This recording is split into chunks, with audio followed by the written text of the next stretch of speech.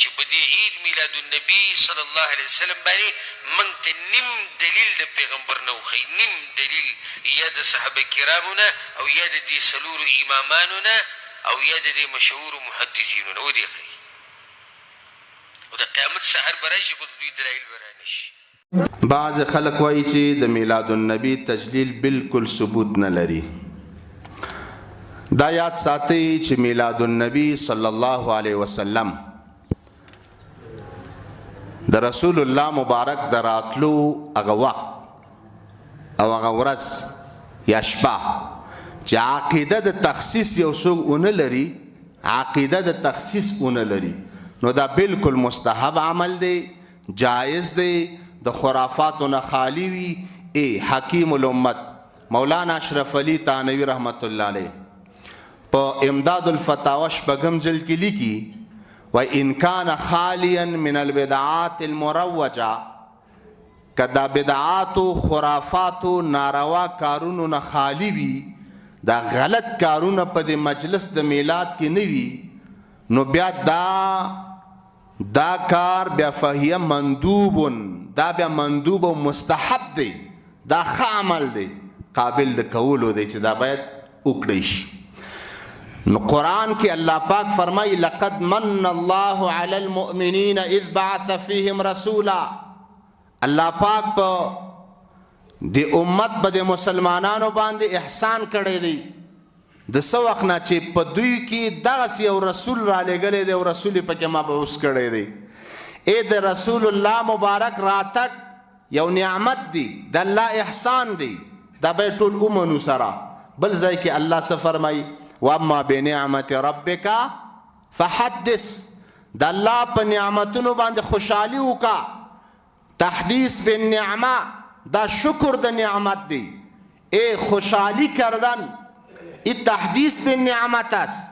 الله میگه واما بنعمت ربک فحدث، با نعمت پروردگارت خوشحالی کرده باش، خوشحالی کو، خوشحالی کو. خوشحالی به این نعمت بزرگ و عظمای پروردگار کی فرستادن رسول الله مبارک هست. ای که مجلس جور نکنی، مردم دعوت نتی، نشینیم با هم به دیوالا تبلیغ بکنی بری کی. هدف و مقصد از تجلیل مولود خوشحالی به ولادت پیامبر است و دگاه رساندن سیرت و صورت و اخلاق پیامبر ماست بر امت پیامبر صلی الله علیه وسلم تا پیامبر خود را بهتر بدانن، تاکه بهتر بتوانن که اتباع کنن و تابعداری بکنن. عقیده تخصیص نباشه به این معنی که در این وقت رواست و در دگه وقت چی است؟ نارواست. دگه هیچ مشکل نداره. خداوند میگه قل بفضل الله و برحمته فبذلك فلیفرحوا.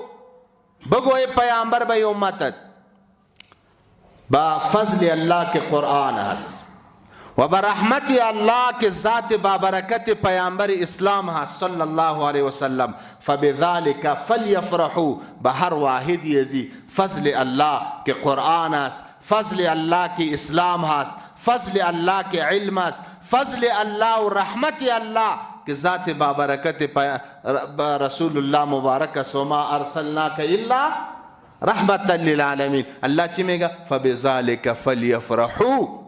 باید این مؤمنان خوش شوند، این امت پیامبر علیه السلام باید خوش شوند، خوشحالی بکنن، خوشحالی بکنن، اظهار خوشحالی بکنن. این امر پروردگار هست. پس در چوکات شرعی خوشحالی کردن، محفل گرفتن، این عمل نیک هست، عمل جایز هست و در اسلام هیچ شبهه و مشکلی هم نداره. در دیگه جای الله میگه عیسی علیه السلام یک دعا کرد اللهم ربنا انزل علينا مائدة من السماء تكون لنا عيدا لأولنا و آخرنا. یا الله امتم یک دسترخوان میخواهند، یک دسترخوان برش روان کنان که این روز آمدن دسترخوان را یا عید و جشن بگیرن. برای اول و آخر ما یک روز جشن و روز عید و روز خوشحالی باشه با ما. علی شما بگوین حضرت عیسی علیه السلام امتش با آمدن دسترخوان، روز دسترخوان جشن و خوشحالی و عید میگیرن. آمدن دسترخوان نعمت بزرگ است یا آمدن محمد مصطفی به شوق بگوین آمدن کی؟ پیامبر ما صلی الله علیه و سلم. این نعمت بزرگ است. و با آمدن دسترخوان جشن میگیرن، روز عید جور میکنند. ما با آمدن رسول الله مبارک صلی الله علیه و سلم خوشحالی نکنیم؟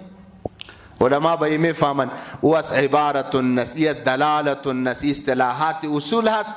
با دلالت النص ثابت میشه که با آمدن روز ولادت پیامبر علیه السلام جشن گرفتن شرعاً کدام مشکلی نداره.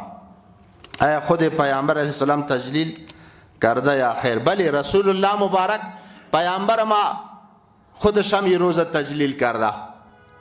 خود در حدیث می آیا، در حدیث می آیا،